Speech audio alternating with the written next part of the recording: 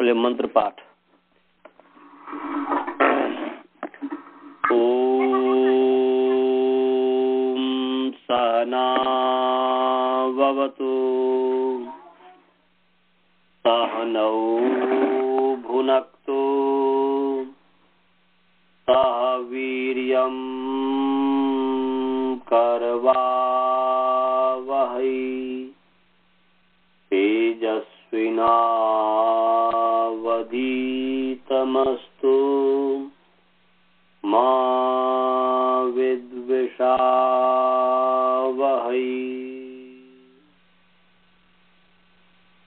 ओम शांति शांति शांति। येन धौता गिरः पुंसाम् विमलैः शब्दवारिभिः तमश्चाद्यानचं भिन्नम् तस्मै पाणिनये नमः। वाक्यकारं वरुरुचिं भाष्यकारं पतञ्जलिं पाणिनि सूत्रकारं च प्रणतोऽस्मि मुनित्रयम्। ओम शांति शांति शांति। आप सभी का प्रश्नावृत्ति पाठ में स्वागत है। ब्रह्म की कृपा से जो सर्वत्र व्याप्त है, ऊपर नीचे आगे पीछे, प्रतीची उदीची दक्षिणा ध्रुवा ऊर्ध्वा, हर जगह जो व्याप्त परमात्मा है, उस परमात्मा की कृपा से हम अभी पुनः पाठ प्रारंभ कर रहे हैं। प्रश्नावृत्ति पाठ। आप सभी का पाठ में स्वागत है। आइए, हमारा जो पाठ चल रहा था नायकः की सिद्धि। नायकः का अर्थ हमने बताया था ले जाने वाला। णीय धातु है प्रापण अर्थ में। प्रापण अर्थ के बहुत सारे अर्थ हैं, उसमें ले जाना यह भी अर्थ है, तो ले जाने वाला। तो णीय धातु प्रापणे अर्थे भवति, ये अर्थ हुआ। प्रापण अर्थ में णीय धातु होता है। ये भ्वादि गण की धातु है। जो 10 गण है, भाद्यदादि जुहोत्यादि दिवादि स्वादि रेव च तुदादिश्च रुधादिश्च तदादि क्रींचुरादय। तो भ्वादि इत्यादि जो है 10 गण है, उसमें से पहला गण है वो भ्वादि गण है। हर एक गण में, समूह में, ग्रुप में पहला जो धातु है उसके आधार पर नाम रख दिया। भ्वादिगण में पहला धातु है भू, इसलिए भ्वादि रख दिया। अदादिगण में पहला धातु है अद, इसलिए अदादि रख दिया। जुहोत्यादिगण में पहला धातु है हु, इसलिए जुहोत्यादि रख दिया। दिवादिगण में पहला धातु है दिव, इसलिए दिवादि रख दिया। कहने का अभिप्राय है जितने भी गण हैं, 10 जो गण हैं, उन सभी का जो नाम रखा गया है उसमें पहला जो धातु है उसके आधार पर रखा गया है। तो ये णीय धातु वादिगण की है और धातु अनुदात्त है, अर्थात अनिट है। और ये जो है उभयपदी धातु है, क्योंकि ये इत है। आगे आप पढ़ेंगे, ये स्वरित तो है नहीं, क्योंकि यहाँ पर यो है, यो जो इत संज्ञा हुआ है वह इसलिए आया है कि यहाँ पर जो है यंत के कारण, इत के कारण च छ ज झ य जो है उसके कारण जो है ये उभयपदी है। वो प्रसंग में आपको आगे समझ में आएगा। तो ये धातु उभयपदी है और इसकी धातु संज्ञा है भूवादिव धातु से। धातु संज्ञा होने से णोनः धात्वादे णकार से स्थाने नकारादेश भवति। धातु का जो आदि अवयव नकार है उसके स्थान में नकार आदेश होता है, तो न हो गया। और फिर जो है हलंत्यम से यों की संज्ञा हुई, उपदेश से अंत्यम हल इत्यात, और तस्य लोप से उसका लोप हो गया। लोप क्या है? तो अदर्शनम लोप, तो लोप हो गया, तो नी हो गया। और नी की धातु संज्ञा है भूवादिव धातु से। पुनः कर दीजिए, एक बार आपने कर दिया पुनः कर दीजिए, कोई ऐसी बात नहीं है, क्योंकि धातु के अधिकार में नूल प्रत्यय लाना है। तो भूवादिव धातु से धातु संज्ञा, और धातु संज्ञा होने से धातु का अधिकार चला। 3.191 नंबर 91 नंबर सूत्र है। और उस धातु के अधिकार में नूल त्रिचौ ये प्रत्यय हुए। नूल त्रिच कितने नंबर सूत्र है जी? बालबोध जी याद है? 3.133 है नूल त्रिचौ।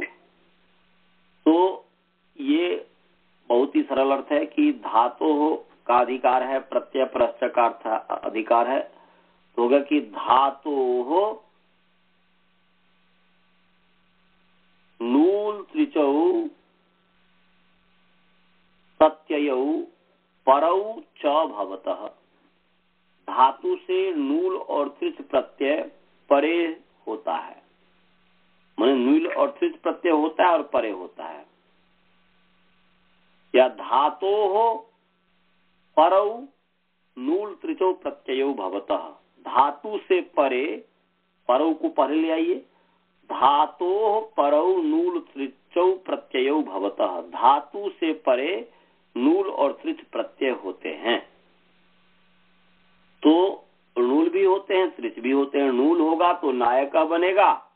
यहाँ पर नी धातु धातु मात्र से है, तो यहाँ पर नी से हम लाए हैं, तो नी से नूल करेंगे तो नायका बनेगा, नी से त्रिच करेंगे तो नेता बनेगा। तो यहाँ पर नायका बनाना है, इसलिए नूल प्रत्यय आया, नी और नूल। तो अब प्रश्न ये है कि नी और नूल जो प्रत्यय है, तो जैसे धातु का अपना अर्थ है वैसे ही प्रत्यय का भी अपना अर्थ होता है।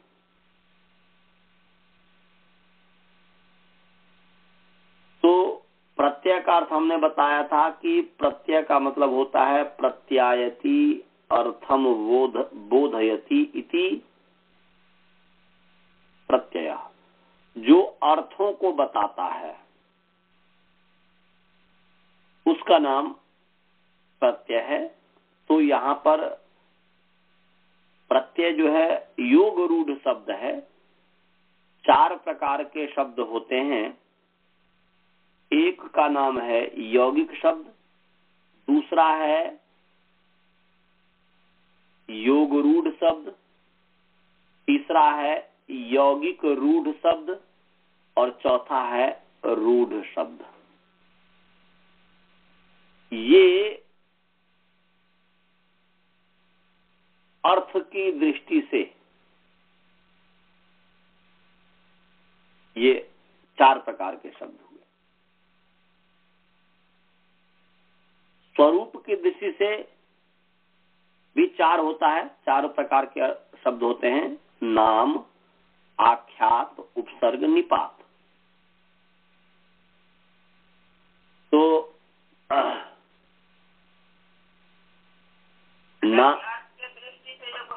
हाँ, अर्थ के दृष्टि से जो है आप करेंगे तो अर्थ के दृष्टि से 4 हो गया। यौगिक, एक है यौगिक शब्द, दूसरा है यौगिक रूढ़ शब्द, तीसरा है योग रूढ़ शब्द, चौथा है रूढ़ शब्द। तो अर्थ को ध्यान में रख करके ये 4 तरीके के शब्द हुए।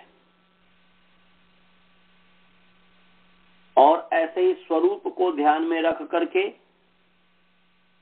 4 प्रकार के शब्द हैं, जिसका नाम है नाम, आख्यात, उपसर्ग, निपात।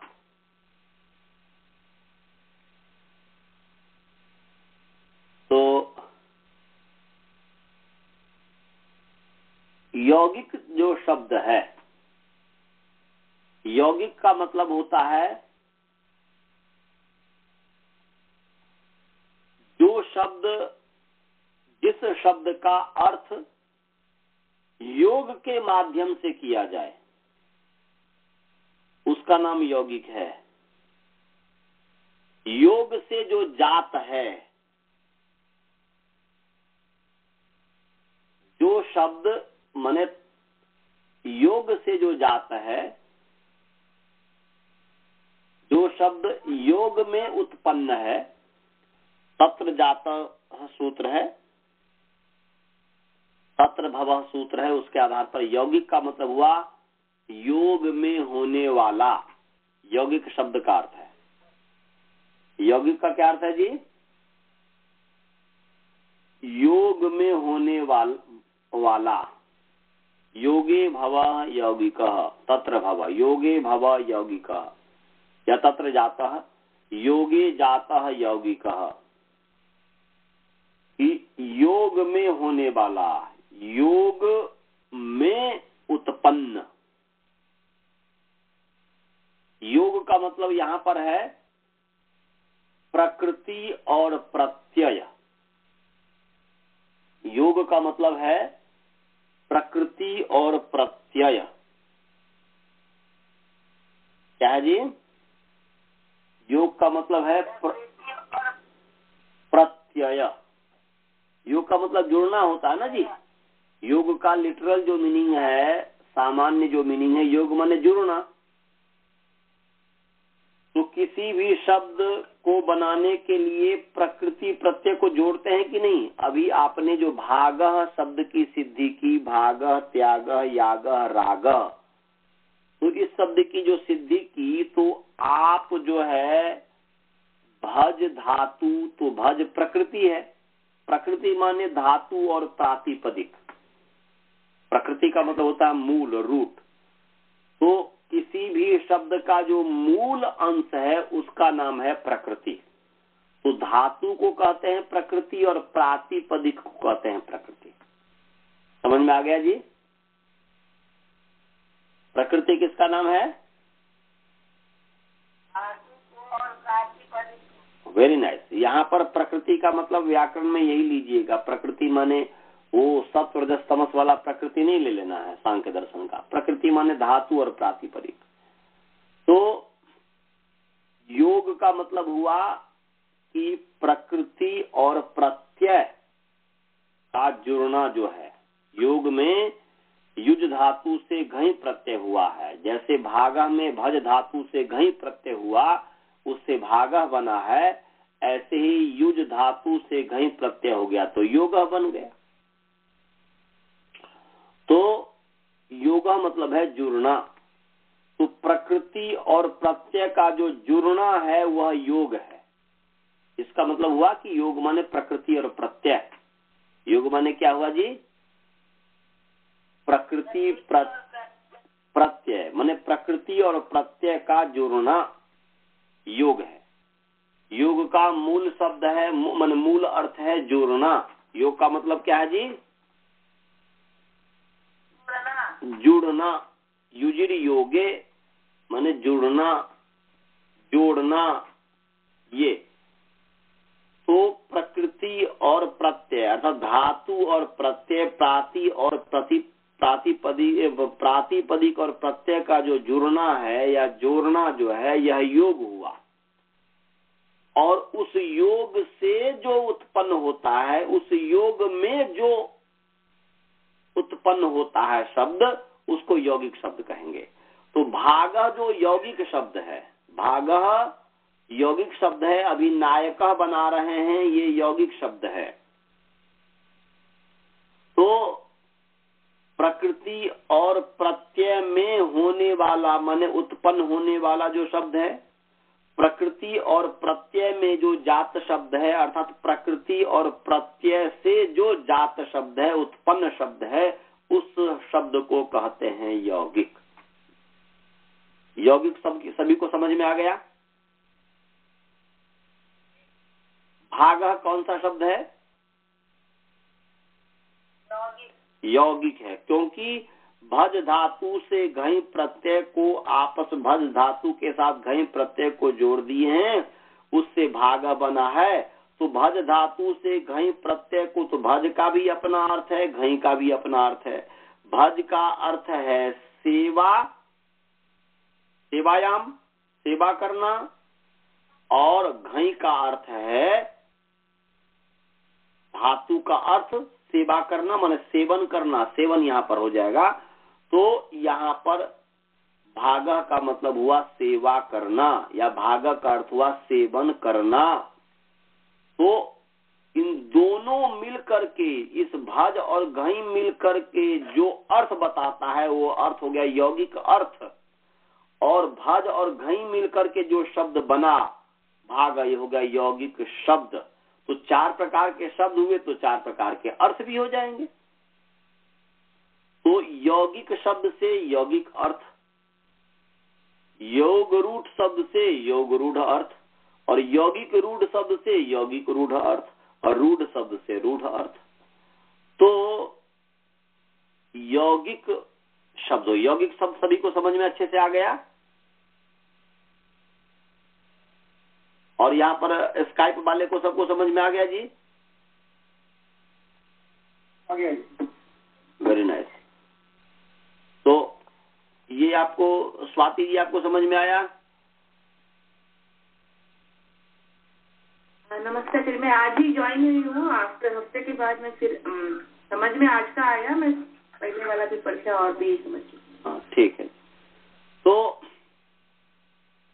यौगिक जो हुआ, प्रकृति और प्रत्यय को मिला करके जिस शब्द का निर्माण होता है, जो शब्द बनता है, शब्द बनता क्या है? पहले बना बनाया है, हम लोग बुद्धि विलास कर रहे हैं कि इसमें ये शब्द धातु है, ये प्रत्यय और बन गया। शब्द तो नित्य है, बनना जब भी कहेंगे तो अनित्य हो जाएगा, पर तो अभी समझाने के लिए है, महाभाष्य में अच्छी तरीके से बता देंगे। तो अभी प्रकृति भज धातु से घई प्रत्यय किया, या नी धातु से नूल प्रत्यय किया, तो नाय का बना। तो प्रकृति प्रत्यय को मिला करके शब्द का जो निर्माण हुआ, शब्द जो बना, उसका नाम है यौगिक शब्द। गुरुकुल के सभी व्यक्ति समझ गए। और इसका उदाहरण यही हो गया भाग, त्याग, याग, नायक इत्यादि। दूसरा जो है वह है यौगिक रूढ़ शब्द। क्या है जी? यौगिक रूढ़ शब्द। तो यौगिक का मतलब तो समझते ही हैं। यौगिक का मतलब हुआ प्रकृति प्रत्यय के आधार पर जो अर्थ देता है, जो शब्द अर्थ देता है, वो हो गया यौगिक शब्द। तो ऐसा शब्द जो यौगिक भी हो, परंतु माने योग, ऐसा शब्द जो योग के आधार पर भी अर्थ देता हो, और पहले समझो ना, लिखना अभी जरूरी नहीं है। पहले आप लिखने में लग जाओगे तो मैं जो कहना चाह रहा हूँ वो नहीं समझ में आएगा, लिखने में आपकी बुद्धि चली जाएगी। अभी मैं लिखने थोड़े बोल रहा हूँ। यदि आपको यौगिक शब्द समझ में आ गया तो यौगिक रूढ़ भी समझ में आ जाएगा, योग रूढ़ भी समझ में आ जाएगा। यौगिक पहले मूल है यौगिक। सर्वाणी नामानी आख्यात जानी, ये महर्षि यास्क कहते हैं कि सभी नाम आख्यात से उत्पन्न होता है। तो अब जब सब क्रियाज है, क्रिया से उत्पन्न है, तो यौगिक समझ गए तो योग रूढ़ भी समझ जाओगे, यौगिक रूढ़ भी समझ जाओगे। हिंदी में लिखना बाद में, पहले यौगिक का मतलब हमने क्या बताया, बोलो। जो शब्द योग में उत्पन्न होने वाला है। और वो तो आप तो लिखा लिखा बना दे, आपने मैंने जैसा बोला और आप वैसा लिख लिया, वैसा बोल रहे हो आप अपने शब्द में बोलो कि आपने यौगिक का मतलब क्या समझा। ये तो मैं जो बोला हूं उसको तुमने लिख लिया है। अपने भाव में बताओ, अपने शब्द में बताओ कि यौगिक का मतलब क्या हुआ।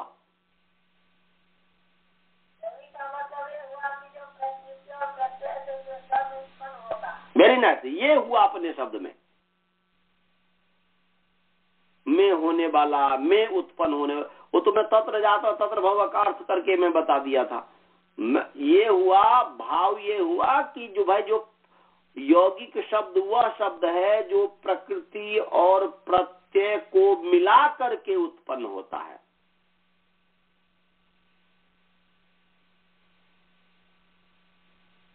दूसरे शब्द में ऐसे कह सकते हो कि यौगिक शब्द वह शब्द है जो प्रकृति और प्रत्यय को आधार मान करके अर्थ बताता हो, ऐसा भी कह सकते हैं कि नहीं जी।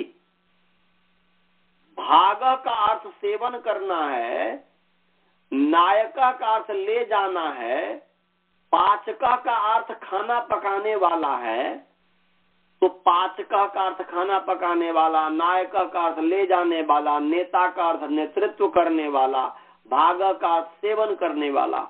ये जो सेवन करने वाला, गलत में होते, सेवन करना जो अर्थ है, नायक का अर्थ ले जाने वाला जो अर्थ है, पाचका का अर्थ पकाने वाला जो अर्थ है, ये जो अर्थ निकला वह किसके आधार पर, प्रकृति प्रत्यय को आधार मान करके निकला है। क्योंकि पाचका माने पकाने वाला, पाचक कहते भोजन बनाने वाले को। तो पाचका में पच धातु है और नूल प्रत्यय है। पच का अर्थ है पकाना और मूल का अर्थ है वाला, तो पाचका का अर्थ हुआ पकाने वाला। तो प्रकृति प्रत्यय को ध्यान में रख करके जो शब्द अर्थों को बतलाता है वह हो गया यौगिक शब्द।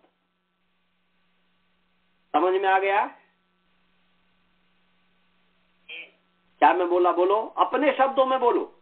लिखतम कम, वक्तम ज्यादा। अभी बोलो ज्यादा कि वो क्या मैं बोला कि योगी किसको कहते हैं? शब्द प्रकृति और प्रत्यय को मिलाकर बनता है। हाँ, एक तो ये हुआ। दूसरे शब्दों में क्या कहोगे? प्रकृति प्रत्यय को मिला करके बनता है। इसका मतलब हुआ कि जो शब्द प्रकृति प्रत्यय को आधार मान करके अर्थ को कहता है वह यौगिक शब्द है। क्या बताया?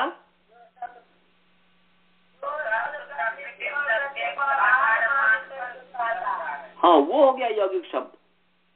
तो ध्यान, एक बहुत बड़ा सिद्धांत बता रहा हूं। वेद में सभी शब्द यौगिक हैं।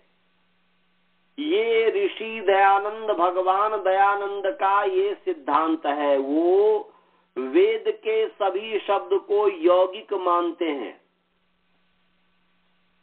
क्या बताया जी?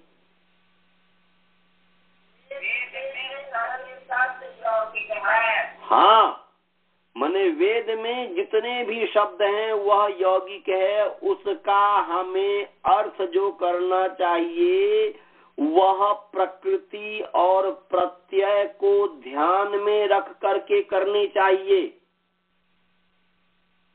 यदि प्रकृति प्रत्यय को ध्यान में रख करके अर्थ को नहीं करेंगे तो अर्थ का अनर्थ हो जाएगा। समझ में आया जी? प्रकृति प्रत्यय को ध्यान में रख करके नहीं करोगे तो अर्थ का अनर्थ हो जाएगा। जैसे उदाहरण, आयम गौ प्रश्नी आक्रमित, लिख लिखा है कि यह जो गाय है, गऊ है, अंतरिक्ष में घूमती है। क्या इसका मतलब क्या है? आयम गऊ माने अयम गऊ, आयम वेद में ऐसा शब्द है, वैसे अयम हम लोग व्यवहार में करते हैं। तो अयम गऊ माने आयम का अर्थ है अयम, तो अयम गऊ प्रश्नि आक्रमित पितरम च प्रयन स्व, ऐसा करके है, पितरम स्व पितरम ऐसा, या पितरम स्व। तो यह गऊ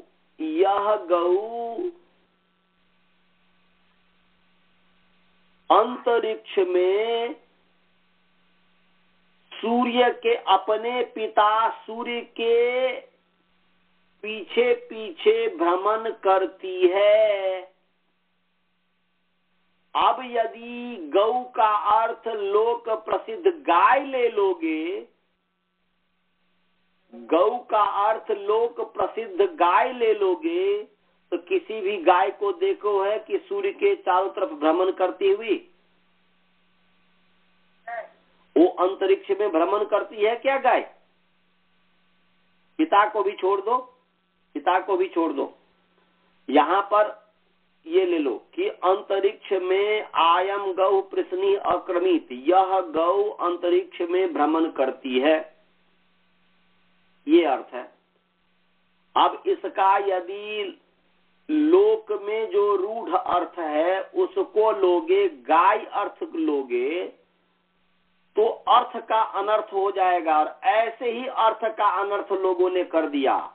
महिदर, उबट, सायन, ये लोग जो इंडियन वाले, इंडिया भारत देश के जो वेद का भाष्यकार हुए, और विदेशी मोक्ष मूलर, मैक्स मूलर इत्यादि जो हुए, ग्रिफिथ इत्यादि हुए, इन लोगों ने जो अर्थ किया वेद का, सीधे वेद के गला को काट दिया।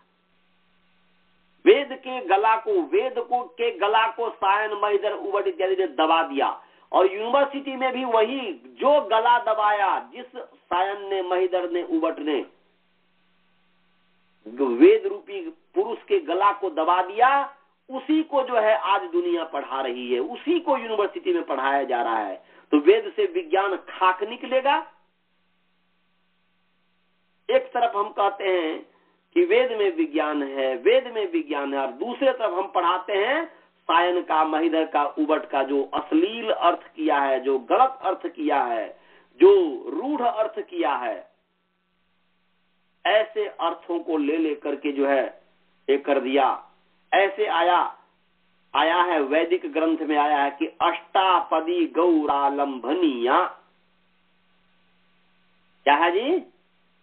अष्टापदी में बहुत बड़ा सिद्धांत सभी विद्यार्थियों को बता रहा हूं, क्योंकि व्याकरण का लक्ष्य वेद तक जाना। जो भी हम आप लोग को पढ़ा रहे हैं, केवल ये नहीं कि बस पढ़ लिया और हम व्याकरण के विद्वान हो गए। सबका वेद व्याकरण इसलिए पढ़ना चाहिए, महाभाष्य में लिखा है कि वेद रक्षार्थम अध्ययन व्याकरणम, वेद की रक्षा के लिए व्याकरण का अध्ययन करना चाहिए। तो वेद की रक्षा के लिए हम आप सबको पढ़ा रहे हैं, इसलिए यह भी एक व्याकरण मन जो अभी मैं बता रहा हूं वह व्याकरण का ही एक हिस्सा है, वेद की रक्षा करना। तो मैं दूसरा वैदिक वाक्य बोला, अष्टापदी गौरालंभनीया।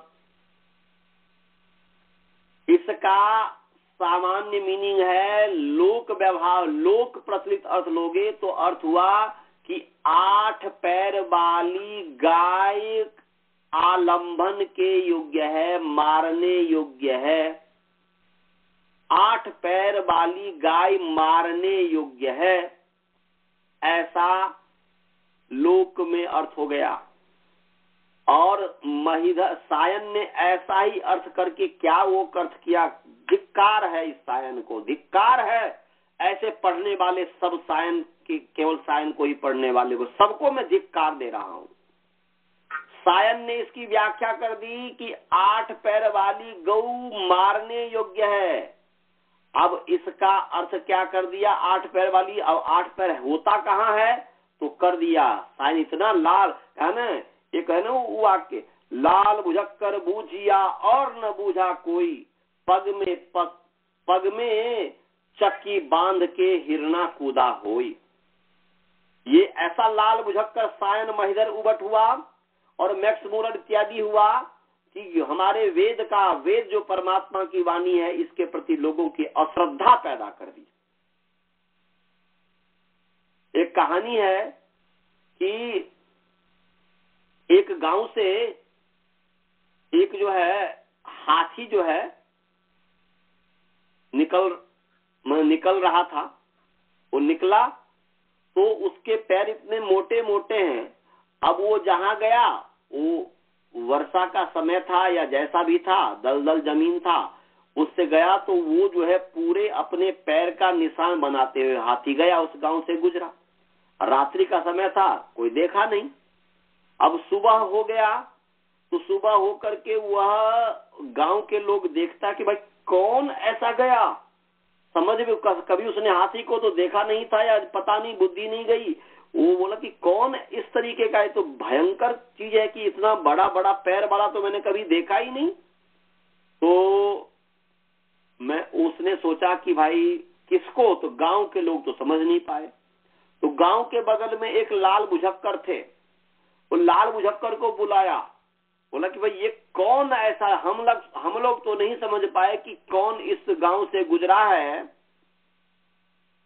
आप बताइए लाल बुझक्कर जी। तो बोल के हाँ तुम लोगों को ये नहीं मैंने पता नहीं चलेगा। तो उसने एक कहानी मतलब एक कविता बना दिया, लाल बुझक्कर बूझिया और न बूझा कोई, पग में चक्की बांध के हिरना कूदा होई। बोल रहे कि देखो मैं लाल बुझक्कर हूँ, लाल बुझक्कर के सिवाय इसको कोई बूझ ही नहीं सकता है, समझ ही नहीं सकता।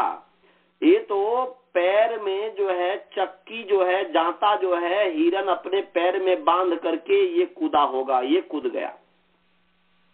यही लाल बुझक्कर थे सायन महिधर उबट। और उसने अष्टापदी गौरालंबनिया का अर्थ किया कि 8 पैर माने क्या कि एक तो 4 पैर गौ की होती है और 4 पैर उसके जब पेट में बच्चे होते हैं तो 4 पैर उसके हो गए, तो 4 4 8, ये 8 पैर वाली बने गर्भिणी गौ, ऐसा अर्थ करते हैं लाल बुझक्कर सायन जी। तो लाल बुझक्कर जो सायन जो है उसने अष्टापदी गौर आलम्बनिया का अर्थ किया कि 8 पैर वाली गौ अर्थात गर्भिणी गौ को मार डालो, यज्ञ के अंदर जो है आलंबन करो। अब देखिए इस व्याख्या को पढ़ करके व्यक्ति को वेद के प्रति अश्रद्धा नहीं होगा तो क्या होगा, शास्त्रों के प्रति अश्रद्धा नहीं होगा तो क्या होगा। जो अहिंसक व्यक्ति है, और यदि हम इसको व्युत्पत्ति मानते हैं, व्युत्पत्ति मतलब यौगिक मानते हैं, तो फिर कोई परेशानी नहीं है। मैंने कहा आयम गौ प्रश्नी अक्रमित, यह गौ जो है अंतरिक्ष में घूमती है। अब यौगिक अर्थ करेंगे तो गम धातु है, डो प्रत्यय है, गमेर डोह, गम धातु से डो प्रत्यय होता है, ये उनादि का सूत्र है। तो गम धातु का अर्थ है गति, डो का अर्थ है वाला करता, तो गमेर डो का मतलब हुआ चलने वाली जो है वह गौ है। अर्थात इस संसार में जितने भी पदार्थ गतिशील है उसका नाम गौ है। पृथ्वी चलती है इसलिए गौ है, सूर्य चलता है इसलिए गौ है, सूर्य में गति है इसलिए गौ है, चंद्रमा चलता है इसलिए गौ है, शनि चलता है, मंगल बुध शुक्र सब चलता है। अंतरिक्ष में ऐसा कोई भी पदार्थ नहीं जो नहीं चलता है। इसीलिए अंतरिक्ष पूरे ब्रह्मांड के अंदर जो भी पदार्थ है, गतिशील पदार्थ है, सबका नाम गौ है। तो आयम गौ प्रश्नी अक्रमित का मतलब हुआ ये जो भूगोल है, ये जो पूरा पृथ्वी, सूर्य, चंद्र, नक्षत्र इत्यादि जो पूरा ब्रह्मांड है, यह गतिशील है। कितना बड़ा विज्ञान है देखिए। ये यौगिक अर्थ जान करके ही किया जा सकता है। योग रूढ़ भी कुछ समीप तक, हद तक है। योग रूढ़ भी मान लेता तो अच्छी बात थी। उसने तो रूढ़ मान लिया, सायन ने रूढ़ अर्थ भी तो मान लिया वेद में, जिसके कारण अर्थ का अनर्थ कर दिया। इसलिए सावधान, वेद के सभी शब्द यौगिक हैं। इस चीज को अपने मस्तिष्क में डाल लीजिएगा और उसके आधार पर ही अर्थ कीजिएगा। कहीं पर भी कोई अर्थ का अनर्थ दिखे उसको मत देखिएगा। आप व्याकरण पढ़ने वाले विद्वान हैं, विदुषी हैं, आप व्याकरण पढ़ने वाले विद्यार्थी हैं। सोच आपकी होनी चाहिए कि नहीं, यौगिक शब्द है वेद का और उसके आधार पर अर्थ निकालना है। ऐसे आयम गौ पृथ्वी अक्रमित, जो भी गति है, जिसके अंदर गति है उसका नाम गौ है। तो यहाँ पर वो अष्टापदी गौर आलम्बनिया, तो 8 पैर वाली मैंने 8 पद वाली, पैर वाली मैंने पद, वहां पर पद है, 8 पद वाली गौ आलम्बनिया। लब धातु 2 तरीके का है, एक सनुम है, नुम सहित है, एक नुम रहित है। तो आलम्बनिया माने माने पूर्ण रूप से, लंबनिया मतलब है प्रयोग करने योग्य है। लब कहते हैं प्राप्त करने को, लब माने लभते, लभेते, लभंते, लभते माने प्राप्त होता है। तो 8 पद वाली गौ प्राप्त करने योग्य है। तो 8 पद वाली गौ, 8 पद क्या है जी, हम लोग व्याकरण पढ़ रहे हैं। 8 पद क्या है? 8 तरीके के ही तो पद होते हैं। 8 तरीके के ही तो पद होते हैं। 8 तरीके के पद नहीं होते। कर्ता, कर्म, करन, संप्रदान, आपादान, संबंध, अधिकरण और संबोधन। 8 तरीके का पद हुआ कि नहीं जी? 8 तरीके का पद हुआ कि नहीं? तो 8 तरीके का पद का प्रयोग विद्वान को करने योग्य है। विद्वान के द्वारा 8 तरीके के पद आलंबन के योग्य है।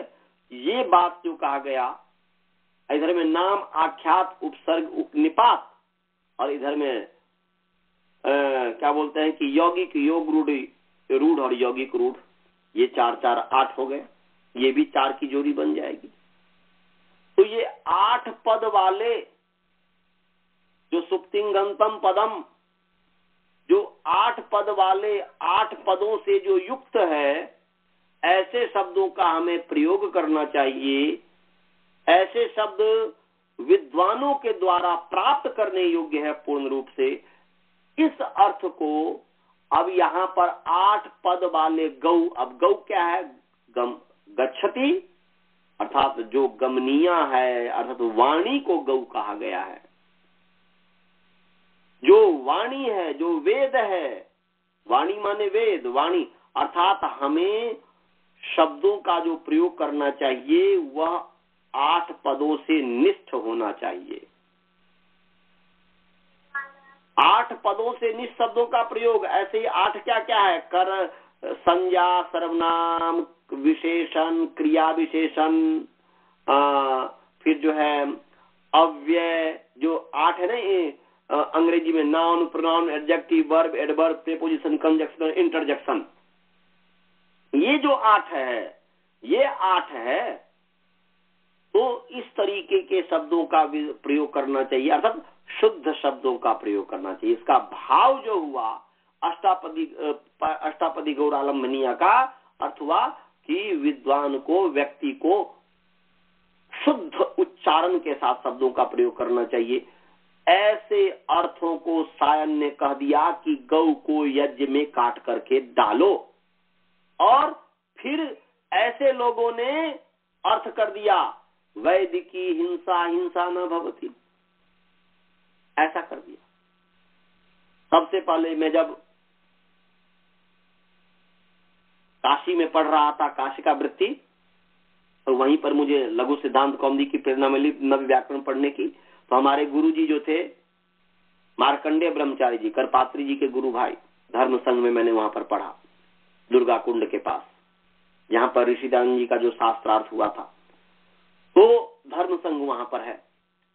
तो वहां पर हम जब पढ़ रहे थे तो पढ़ाते पढ़ाते, उस समय में आभास तो पढ़ा नहीं था, मुझे पता ही नहीं था, परंतु काश का वृत्ति का जो मैं पदमंजरी और न्यास पढ़ा रहे थे वो, तो उसमें आ गया था, एक वाक्य आया था कि स्थूल प्रसति मनद्वाहिम आलभेत, और वहां पर अर्थ, वो तो समास का प्रकरण था, उस प्रकरण में मैं नहीं जाना चाहता। तो समास का प्रकरण था स्थूल प्रसतिम अनद्वाहिम आलभेत। इसका अर्थ है कि कौन सा समास करे, तो कोई भी समास हो। इसका है कि बहुब्री समास करेंगे तो जाएगा कि मोटे हैं धब्बे जिस गाय का, ऐसे गाय का आलंबन करो। तो उसमें गाय मोटी हो पतली हो कोई बात नहीं है, धब्बा मोटा होना चाहिए। और यदि कर्मधारय समास करते हैं तो स्थूला चासो प्रसति च, मोटी भी गाय हो, और धब्बे वाली भी हो। तो धब्बा मोटा हो छोटा हो कोई बात नहीं, परंतु गाय मोटी होनी चाहिए, ऐसे गाय को आलंबन करो। तो आलंबन के ऊपर गुरुजी जो है शांत हो गए। अब जब गुरुजी शांत हो गए, मैं बोल के आलंबन का क्या अर्थ है गुरुजी बताइए, मुझे पता ही नहीं था, क्योंकि सबसे पहले उसी समय मुझे पता चला, तो उन्हीं से पता चला था। तो आलंबन का क्या अर्थ है बताइए गुरुजी। तो शांत हो गए। इसके बाद फिर बोलते हैं आलंबन का अर्थ है कि यज्ञ में गाय को काटो, माने डालो। तो उसी पर मैं बोल दिया कि गुरुजी एक तरफ तो हम कहते हैं गौ माता की जय, गौ माता की जय, दूसरी तरफ गौ को डाल रहे हैं, मार रहे हैं, हिंसा कर रहे हैं। तो उन्होंने कहा था वैदिकी हिंसा हिंसा न भवति, वेद में जो बात कही है हिंसा करने को, वो हिंसा हिंसा नहीं है, ऐसा उन्होंने दलील दिया। मुझे संतुष्ट नहीं हुआ। फिर वहां पर जो है प्रज्ञा देवी जी, वहां कन्या गुरुकुल थी, वहां पर मैंने जो है गुरुकुल था वहां पर गया, उनसे किया। तो उन्होंने कहा कि उनसे पूछना हृदय में आलभेत, जब विवाह होता है तो विवाह संस्कार में वहां पर आता है कि हृदय का आलंबन करो। तो वहां पर विवाह समय में ये क्यों नहीं कहते हैं कि हृदय को, लड़की के हृदय को काट दो या लड़का के हृदय को काट दो। वहां पर भी वो पंडित जी यही कहते हैं, काटते नहीं है, आलंबन का काटना नहीं करते, वहां पर स्पर्श करना करते हैं। तो जैसे वहां पर हृदयम आलभेत का अर्थ हृदय का आलंबन करो, काटो ऐसा न अर्थ करके हृदय का स्पर्श करो अर्थ करते हैं, ऐसे ही यहाँ पर है स्थूल पृष्ठे मनद्वाहिम आलभेत का कि गाय का स्पर्श करो। सोमयाग इत्यादि दक्षिण भारत में ज्यादा समझ में आएगा। सोमयाग इत्यादि होता है तो उसमें गाय को स्पर्श किया जाता है। तो गाय को स्पर्श करने की बात कही गई है, क्योंकि स्पर्श से भी बहुत सारी बीमारियां दूर होती है, गाय को स्पर्श करते हैं। तो वो जो स्पर्श करने की बात थी उसको काटने की बात लोगों ने कर दिया। वो उनका दोष नहीं है, क्योंकि जिस परंपरा में वो पढ़े, साइन की महिदर की उबट की परंपरा में पढ़े, इसलिए ऐसा उन्होंने अर्थ किया, उससे आगे बुद्धि गई ही नहीं। तो कहने का अभिप्राय है, मैं जो कह रहा था कि यौगिक, वेद के सभी शब्द यौगिक है, ये आंख मूंद करके आप लोग इसको मान लीजिए और उसके आधार पर ही अर्थ कीजिएगा। यौगिक अर्थ मानने से विज्ञान, बहुत बड़ा वेद से विज्ञान अर्थ विज्ञान निकलता है। चलिए जी, योग रूढ़ भी कुछ हद तक सही है, यौगिक रूढ़ भी कुछ हद तक सही है, रूढ़ तो मत ही मानिए। ऋषि दयानंद जी का सिद्धांत है कि यौगिक है वेद के सभी शब्द, तो यौगिक हुआ। दूसरा यौगिक रूढ़, यौगिक रूढ़ का मतलब हुआ, रूढ़ माने प्रचलित, जिसमें प्रकृति पर, जिसमें बुद्धि इस, ये शब्द इस अर्थ में प्रयुक्त हुआ, उसके लिए कोई प्रकृति प्रत्यय की खोजने की आवश्यकता नहीं है, बस वैसे ही है। तो टिंकू पिंकू मिंकू की तरह। तो रूढ़ माने प्रचलित और यौगिक माने यौगिक, ऐसा शब्द जिसमें, जिस शब्द से प्रचलित अर्थ भी व्यवहार में प्रयुक्त हो, परंतु वास्तव में उसमें यौगिक, योग के आधार पर वो अर्थ नहीं निकलता है, केवल बस वैसा ही अर्थ लोक व्यवहार में हो गया। और यौगिक भी हो, जैसे मंडप, मंडप शब्द। अब मंडप शब्द जो है, मंडप का अर्थ है, यौगिक अर्थ करेंगे तो मंडम, मंडम प माने पिबती, मंडम पिबती यह स मंडपः, जो माड़ को पीने वाला है उसको मंडप कहते हैं। माड़, चावल का माड़ नहीं समझते हो, माड़, तो माड़ को जो पीने वाला है उसको मंडप कहते हैं। ये हो गया यौगिक अर्थ। जो भी यदि आप माड़ पीते हैं तो आप हो गए मंडप। परंतु मंडप गांव में लोक व्यवहार में गृह विशेष अर्थ में भी रूढ़ है। मड़वा बनाते, जैसे हमारे यहाँ पर उपनयन संस्कार किया जाता है तो उसके लिए मंडप बनाया जाता है। जब विवाह संस्कार किया जाता है तो विवाह के लिए भी मंडप, हमारे यहाँ विवाह संस्कार में तो नहीं बनाया जाता है, परंतु विवाह संस्कार में भी बनाया जाता है, ब्राह्मण से इतर में। और ब्राह्मण में जो है उपनयन संस्कार में जो है मंडप विशेष रूप से बनाया जाता है। तो मंडप एक इस तरीके का मड़वा जैसे घर की तरह लगता है और उसमें जो है एक कोई संस्कार किया जाता है, उपनयन संस्कार हुआ, विवाह संस्कार हुआ इत्यादि। तो उस अर्थ में रूढ़ है, उसमें यौगिक नहीं है। बस मंडप का पता नहीं कब से चलता रहा, मंडप माने वो मड़वा, गृह विशेष। तो ऐसे शब्द को कहते हैं यौगिक रूढ़। और योग रूढ़ का मतलब हुआ कि योग है, योग के आधार पर अर्थ निकलता है, परंतु किसी एक अर्थ विशेष में ही प्रचलित है। रूढ़ माने प्रचलित। तो जैसे पंकज, पंकज का अर्थ है कि पंकात जायते इति पंकजः, या पंके जायते, कीचड़ से जो पैदा होता है या कीचड़ में जो पैदा होता है। तो कीचड़ में तो बहुत सारी चीज पैदा होते हैं, घास भी होते हैं, कीचड़ में जो है कीड़ा भी होता है, परंतु कीड़े का नाम पंकज नहीं है, घास इत्यादि का नाम पंकज नहीं है। कमल जो विशेष है, कमल, लोटस जिसको कहते हैं अंग्रेजी भाषा में, लोटस कमल का फूल, जो कमल विशेष अर्थ में पंकज रूढ़ है। यौगिक तो है क्योंकि वो कीचड़ से पैदा होता है, पंका जाए तो कीचड़ से पैदा होता है, उसमें योग है। परंतु कीचड़ से जो जो पैदा होता है उसको हम यौगिक के आधार पर, तो यदि कल्पना करो थोड़ी देर के लिए, वेद में यदि पंकज शब्द आए तो वहां पर कमल ही अर्थ नहीं करना। कीचड़ से जो जो पैदा है सबका नाम है पंकज, सबको पंकज कहते हैं और प्रसंगानुसार उसका अर्थ होगा। तो पंकज ये है योग रूढ़ शब्द। इसमें योग तो है, प्रकृति प्रत्यय तो है, प्रकृति प्रत्यय के आधार पर अर्थ तो निकल रहा है, परंतु किसी विशेष अर्थ में रूढ़ है, प्रचलित है, इसको कहते हैं योग रूढ़ शब्द। और चौथा जो है रूढ़, जिसमें प्रकृति, जिसका अर्थ प्रकृति प्रत्यय के आधार पर न हो, बस वैसे ही हो, उसको रूढ़ कहते हैं। तो रूढ़ तो उस समय होने लग गया जब विद्वान कम होने लग गया। व्यक्ति की विद्वत्ता जब कम होती गई, पढ़ाई लिखाई जब बंद हो गया, पढ़ना लिखना जब व्यक्ति का बंद हो गया, अज्ञानता जब फैल गई, उसके बाद ही जब है रूढ़ होने लग गया। वो अज्ञानता में, जैसे मनोकामना शब्द ले लो उदाहरण के लिए, अज्ञानता के लिए मैं बोल रहा हूं। अब जो है मनोकामना, यहां पर शुद्ध है मनः कामना, परंतु अन्य कुछ ऐसे शब्द को देख करके देखा कि वहां पर उस तरीके का है, जैसे क्या मैं बताऊं, मनोकामना अन्य ऐसा कोई शब्द जो है जो कि, हाँ जी, कोई ऐसा शब्द बताओ जो कि मनोकामना की तरह ही हो, जिसके बीच में ओ आता हो, दो शब्दों को मिला करके।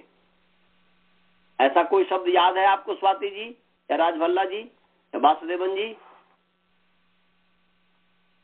जैसे मनोकामना है तो मनोकामना अशुद्ध है, ऐसा कोई शब्द बताइए, हमारे अभी मस्तिष्क से निकल गया, आएगा तो बता देंगे।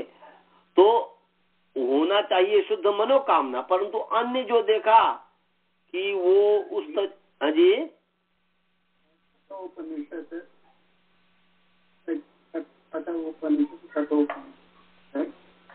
नहीं, वो तो संधि वो अलग चीज है, वो तो कठा से उपनिषद, कठोपनिषद तो आध गुना लग गया। नहीं, दो शब्द हो अलग अलग। कठोपनिषद में तो मतलब जो है ये कर दिया, और जो है उसमें बीच में, हाँ वो भी ले लीजिए कठोपनिषद, या कोई ऐसा शब्द जैसे कठोपनिषद, बीच में ओ देख करके इसमें भी देख लिया कि मनोकामना कठो, ठीक है, वहां वो भी कठोपनिषद भी हो जाएगा। कठ से उपनिषद इति कठोपनिषद, कठ से उपनिषद इति कठोपनिषद, तो वहां पर कठोपनिषद देखा, ओ देखा, तो यहाँ पर जो है वैसे ही देखा कि मन और कामना है, तो मनोकामना कर दिया। विसर्ग संधि में ककार आता है तो उधर कपो खोजता है। हाँ, तो मैं कहने का अभिप्राय है कि बीच में 2 4 10 में ओ देखा तो सोचा सामान्य, जब पढ़ाई लिखाई बंद कर दिया, पढ़ाई लिखाई में कमी हो गई, तो मनोकामना भी कर दिया, जबकि शुद्ध है मनः कामना। तो ऐसे ही रूढ़ शब्द उस समय प्रचलित हो गया जिस समय से कि पढ़ाई की कमी हो गई, व्यक्ति के अंदर अज्ञानता आ गई। क्योंकि निरुक्त कहता है कि सर्वाणी नामानी आख्यात जानी, सभी नाम क्रिया से पैदा हैं, सभी यौगिक ये शब्द और अर्थ मने क्या बोलते हैं, प्रकृति प्रत्यय के आधार पर ही अर्थ है वेद के, इसलिए सभी शब्द जो है आख्यातज हैं। लोक व्यवहार में भी ऐसे ही थे कि आख्यातज ही थे, योग रूढ़ या यौगिक मन योग रूढ़ थे, यौगिक रूढ़ नहीं थे। ये यौगिक रूढ़ तो मैं आपको इसमें बताया हूं कि मैं जब परम लघु मंजूषा पढ़ रहा था, तो उसमें इन्होंने मंडप का उदाहरण दिया हुआ है, नागोजी भट्ट ने परम लघु मंजूषा में। तो उसके आधार पर मैंने 4 शब्द बता दिया, परंतु आप बचपन में भी पढ़े होंगे कि यौगिक, योग रूढ़ और रूढ़। तो रूढ़ बस अज्ञानता के कारण है, यौगिक और योग रूढ़ ये मतलब जो है ठीक है। तो भाई उसमें लोक व्यवहार में भी जो अब गाय, लोक व्यवहार में गाय गौ माने गाय कहते हैं, तो वो भी चलती है, इसलिए उसका नाम गौ है, ऐसा कह दिया, तो वो योग रूढ़ हो जाएगा। तो इस तरीके का तो मैं जो बता रहा था आपको अपने प्रसंग पर, हालांकि अब समय भी होने वाला है, परंतु ये जो मैं बता रहा था कि यहाँ पर नी और जो नूल हुआ, ये नूल जो प्रत्यय है, ये नी और नूल के आधार पर जो अर्थ निकला वो यौगिक होगा। तो यहाँ पर नूल प्रत्यय किस अर्थ में होगा, इस चीज को समझना है। तो ये मैं आपको बता देता हूं। कर्तरीकृत निकालिए जी, कर्तरीकृत, कर्तरीकृत निकालिए, कर्तरीकृत, ये 3 4 67 नंबर सूत्र है,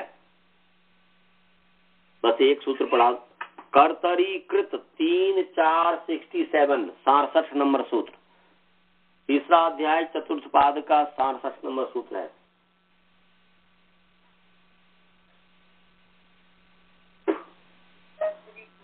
निकाल लिए सभी?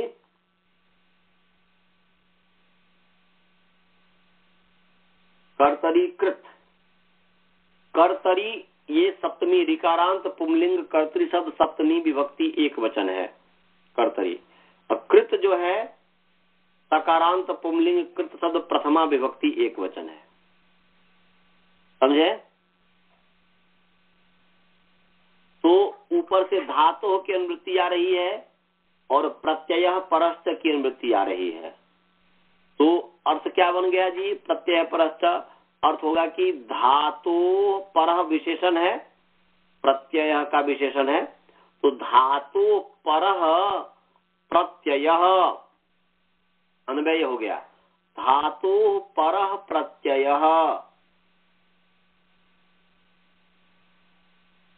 या ऐसा अर्थ कीजिएगा कि परह और प्रत्यय दोनों माने कृत जो है प्रत्यय, तो धातु परह कृत प्रत्यय, ऐसा धातु परह कृत प्रत्यय कर्तरी अर्थे कुर्दो कर्तरी भवति, ये अर्थ हो गया कि धातु परह प्रत्यय परह की अनुवृत्ति आ रही है, तो परह विशेषण है कृत का, तो धातु परह कृत प्रत्यय कर्तरी भवति, लिख लिया। बहुत ही सरल अर्थ है कि धातो परः कृत प्रत्यय कर्तरी भवति। ये अर्थ हुआ कि धातु से परे कृत प्रत्यय, धातु से परे जो कृत प्रत्यय है, तो धातु से परे, क्योंकि पर में ही प्रत्यय होता है, तो धातु से परे जो कृत प्रत्यय है वह कर्ता अर्थ में होता है। कर्तरी मने कर्तरी अर्थे भवति। धातु परः कृत प्रत्यय कर्तरी भवति। हमने कुछ केवल भवती अपने तरफ से जोड़ा है, नहीं तो उसी को ही जो है मैंने अन्वय कर दिया कि धातु परः कृत प्रत्यय। परः विशेषण है कृत का और कृत विशेषण है प्रत्यय का, तो धातु परः कृत प्रत्यय ऐसा हो गया, इस क्रम से हो गया कि धातु परः कृत प्रत्यय कर्तरी, आगे भवती। कर्तरी मने कर्ता अर्थ में, कर्ता कारक में, ये अर्थ हुआ। कर्तरी मने कर्ता कारक में, कर्ता अर्थ में। तो या तो प्रत्यय कर्ता अर्थ में आएंगे, या कर्म अर्थ में आएंगे, या करण अर्थ में आएंगे, या संप्रदान अर्थ में आएंगे, या अपादान अर्थ में आएंगे, या क्या कहते हैं कि संबंध अर्थ में आएंगे, या अधिकरण अर्थ में आएंगे, इसी सब अर्थ में आएंगे। तो यहाँ पर नी धातु से जो नूल प्रत्यय हुआ, क्योंकि ये करता है, मैंने कृत प्रत्यय है, नूल प्रत्यय हमने बताया था कृदतिंग, इसकी व्याख्या हमने कर दी थी कि कृदतिंग माने तत्र की अनुवृत्ति आ रही है कि उस धातु के अधिकार में, तस्मिन् धात्वाधिकारे तिंग भिन्न प्रत्यय कृत भवति। इसका अर्थ मैंने बताया था कि उस धातु के अधिकार में धातो परः, परः भी जोड़ दीजिए, तस्मिन् धात्वाधिकारे धातो परः तिंग भिन्न प्रत्यय कृत भवति। माने उस धातु के अधिकार में, धातु जो माने 391 नंबर सूत्र है, उस धातु के अधिकार में जो तिंग से भिन्न प्रत्यय है वह कृत होता है। और तिंग क्या है ये भी हमने बता दिया था कि तिप्तस जी सिप्तस्थ मिब्बस्म ताताम झ थासा थाम ध्व मिड बही महिं, इसकी व्याख्या हमने कर दी थी। इसकी व्याख्या कर दी थी ना जी? इसका अर्थ हमने कभी बताया था कि नहीं? हाँ, तो इसका अर्थ बताया था, मैं बताया था कि धातो लस्य, धातो लस्य सिप्तजी सिप्तस्थ मिब्बस्म ताताम झ थासा थाम ध्व मिड बही महिं प्रत्यय परश्च भवति। या धातो परः कर दीजिए, परः पहले कर दीजिए क्योंकि आदेश ये करता है। तो धातो परः प्रत्यय परश्च, धातो परः लस्य स्थाने, लस्य माने लस्य स्थाने तिप्तजी सिप्तस्थ मिब्बस्म ताताम झ थासा थाम ध्व मिड बही महिं प्रत्यय आदेश भवति। लकार माने धातु से परे लकार के स्थान में, धातु से परे लकार के स्थान में ये तिवादी जो प्रत्यय हैं, तिप इत्यादि जो प्रत्यय हैं, ये आदेश होते हैं, ये होते हैं। तो तिप्तस जी सिप्तस्थ जो है, इसका नाम जो है तिंग है, इसका नाम है तिंग। तो तिंग भिन्न माने धातु, तत्र माने तस्मिन् धातु अधिकारे तिंग, तिंग भिन्न माने तस्मिन् धातु अधिकारे धातो परः तिंग भिन्न प्रत्यय कृत भवति, माने कृत संज्ञक भवति, वो कृत संज्ञक होता है। तो इस जो नूल त्रिचौ जो है धातु के अधिकार में है, तो और तिंग से भिन्न है, तिप्तजी नहीं है, तो तिंग से भिन्न नूल और त्रिच प्रत्यय है, इसलिए इसका नाम कृत हुआ। और कृत होने से कर्तरी कृत, कर्ता अर्थ में कृत प्रत्यय हो गया। कृत संज्ञक जो प्रत्यय है कर्ता अर्थ में होते हैं, तो ये कर्ता अर्थ में हो गया। तो अभी हमने आपको अभी तक बताया कि आज जो हमने पढ़ाया वो ये पढ़ाया कि कर्ता अर्थ में यहाँ पर नूल प्रत्यय हुआ। जब भी मैं पूछूं भाई नूल प्रत्यय किस अर्थ में होगा परीक्षा में, तो तुरंत कर्ता अर्थ में, बस एक शब्द में कर्ता अर्थ में। ये 2 नंबर का क्वेश्चन होगा कि नूल प्रत्यय किस अर्थ में होता है, तो उत्तर हो जाएगा कर्ता अर्थ में। ऋच प्रत्यय किस अर्थ में होता है? तो कर्ता अर्थ में। बस इसका 2 नंबर का क्वेश्चन। तो ये चीज को ध्यान में रखिएगा कि धातु का क्या अर्थ है, प्रत्यय का क्या अर्थ है। तो नूल प्रत्यय किस अर्थ में हुआ है बालबोध जी? नूल प्रत्यय किस अर्थ में हुआ है? और भज धातु से घई प्रत्यय किस अर्थ में हुआ है?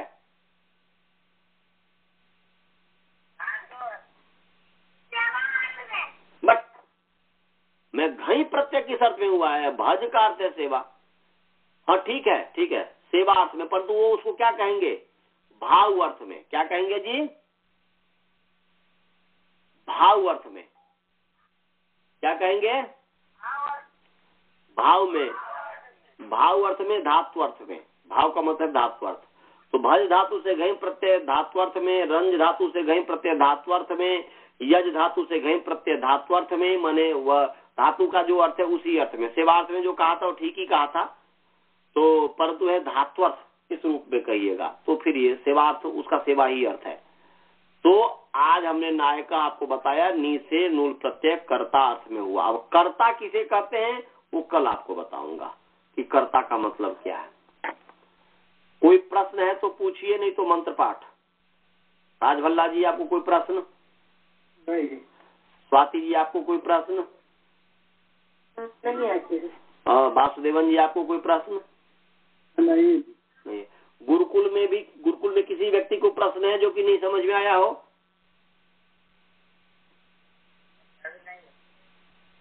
जितना भी पढ़ाया समझ में आया? जो अब मैं बोलता हूँ मनीष जी इत्यादि, तो वो समझ में आता है कि नहीं? तो चलो मंत्र पाठ। ओम पूर्णमदः पूर्णमिदं पूर्णात् पूर्णमुदच्यते पूर्णस्य पूर्णमादाय पूर्णमेवावशिष्यते। ओम शांति शांति शांति। चलिए जी, सभी को सादर नमस्ते। नमस्ते जी, नमस्ते जी।